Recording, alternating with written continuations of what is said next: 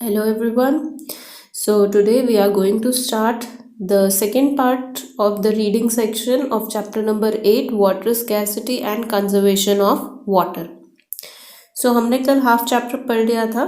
Next will come to, हमने कल ये पढ़ा था कि वाटर कंजर्वेशन क्या होता है, किस तरीके से हम प्रॉपरली मैनेज करेंगे, यूटिलाइज करेंगे वाटर को, ठीक है ना, ताकि उसकी वेस्टेज ना हो और जो अमाउंट ऑफ वाटर है वो रिसोर्सेज में उतना ही मेंटेन रहे जितना कि अभी है. That is called water conservation. So हम नेक्स्ट आगे करेंगे वेज ऑफ कंजर्विंग वाटर. अब हम कभी कभी सोचते हैं कि हम छोटे छोटे बच्चे हैं तो हम क्या कर सकते हैं, हम थोड़े रिवर्स जाके क्लीन कर रहे हैं या फिर हम कुछ ऐसा बहुत बड़ा स्टेप नहीं ले सकते हैं.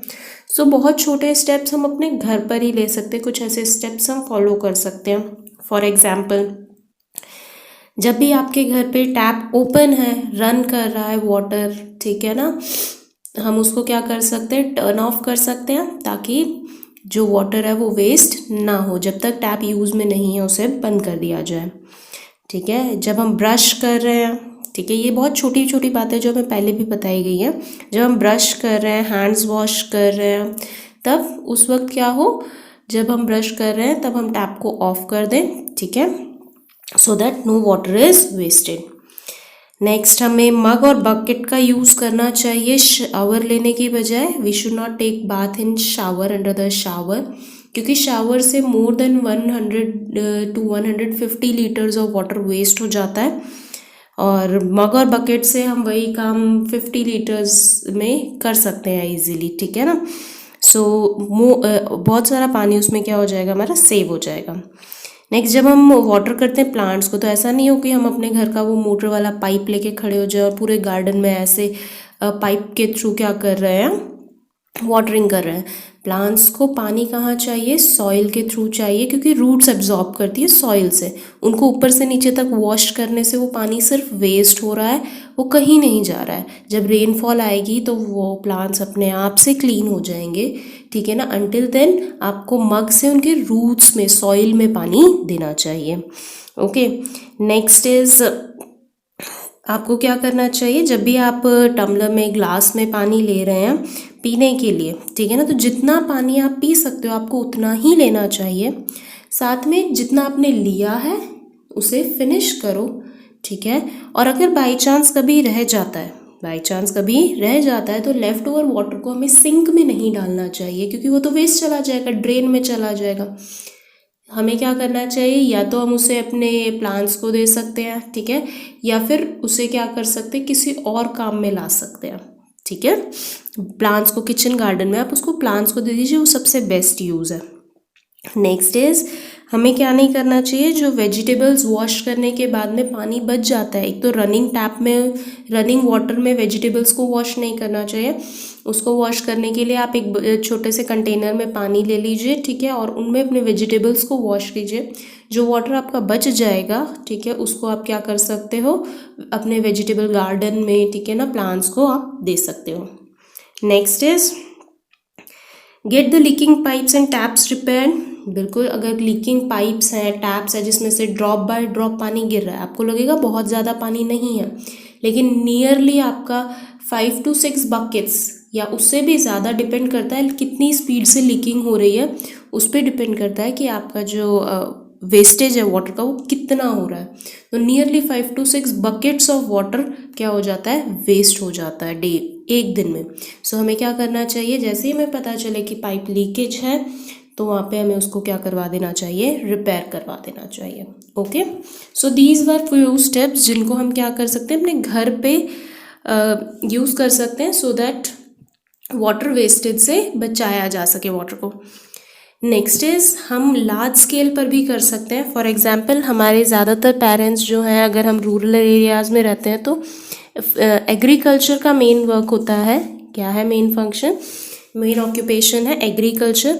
और ये जो एग्रीकल्चर है, यहाँ पे हम, आपने देखा होगा खेतों को पूरी तरह से पानी से भर दिया जाता है, ठीक है, व्हेन क्रॉप्स आर बीइंग, मतलब जब आप सीड को सो करते हो उस वक्त, ठीक है ना.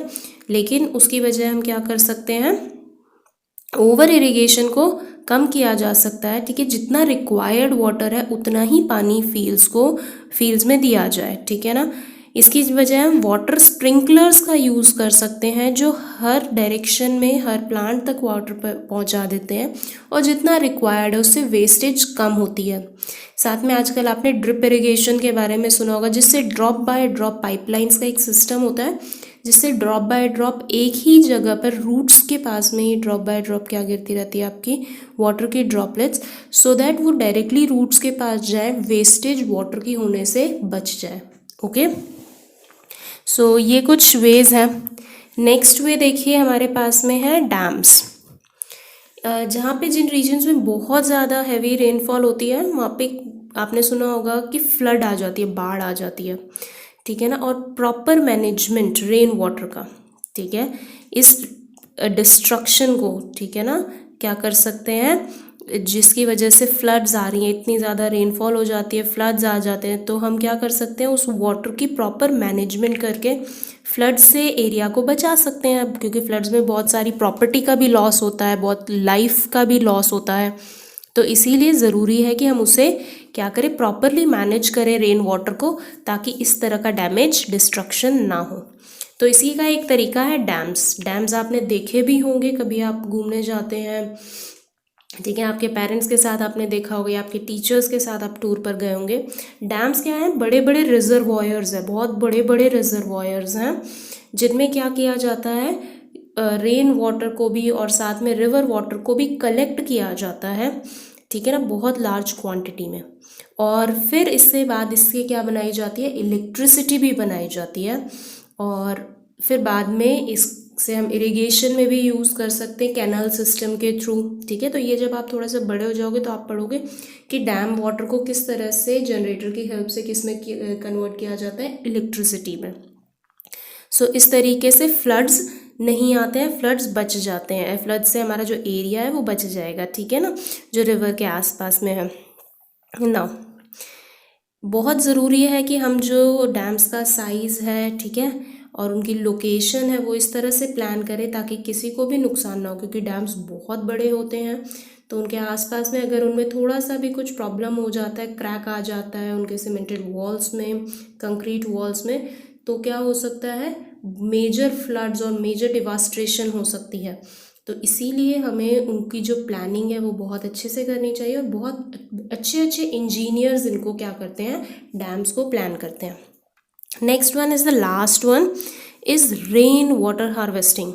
रेन वाटर हार्वेस्टिंग क्या होता है, मतलब रेन वाटर, बारिश का पानी क्लाउड से आ रहा है और वो ज़्यादातर ड्रेन करके हमारी ड्रेन्स में चला जाता है, ठीक है, लेकिन हम उसे यूज़ कर सकते हैं किस तरीके से, हम उस पानी को कलेक्ट कर सकते हैं। बकेट्स रख दीजिए आप, राजस्थान में कई जगहों पर आपने टीवी पे देखा होगा, बकेट्स वगैरह रख के उस पानी को कलेक्ट किया जाता है, ज़मीन में गड्ढे खोद दिए जाते हैं ताकि वो पानी क्या हो जाए, वहाँ पे कलेक्ट हो जाए, ठीक है, बाद में उसे यूज़ कर लिया जाए। This is rain water harvesting.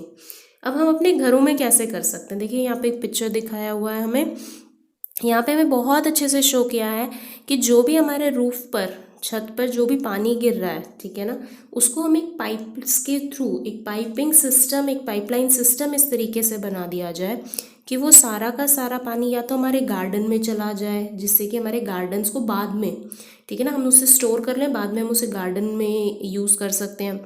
या फिर हम क्या कर सकते हैं, उसे डायरेक्टली पाइप्स को कहाँ डाल सकते हैं, अंडरग्राउंड अर्थ के नीचे, ठीक है ना, जिससे कि वो सारा पानी कहाँ चला जाए, ज़मीन के नीचे चला जाए, पॉल्यूट ना हो ड्रेन्स में जाके।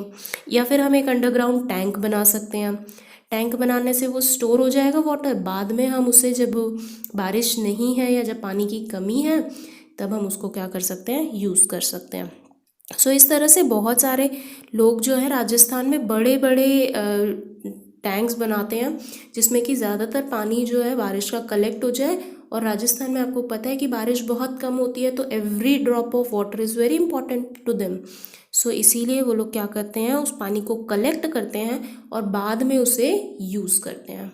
So this is called rain water harvesting, ठीक है। तो ये हम हर जगह कर सकते हैं, अपने घर पर, अपने स्कूल्स में, हर जगह पर। Okay, now We must take care to conserve and preserve water for the future generation. हम सबको ज़रूरत है कि हमें पता हो कि एवरी ड्रॉप ऑफ वाटर हमारे लिए कितना ज़रूरी है, और अगर हम पानी को नहीं बचाएंगे तो शायद आगे लाइफ भी ख़त्म हो जाएगी धीरे धीरे अर्थ से. सो ज़रूरी है कि हम अपना ध्यान लगाएं और एवरी ड्रॉप ऑफ वाटर को बचाएं. Okay, so with this the chapter is over and hope आपको समझ में आ गया है. And tomorrow we will do the exercises of this chapter. So till then, goodbye everyone.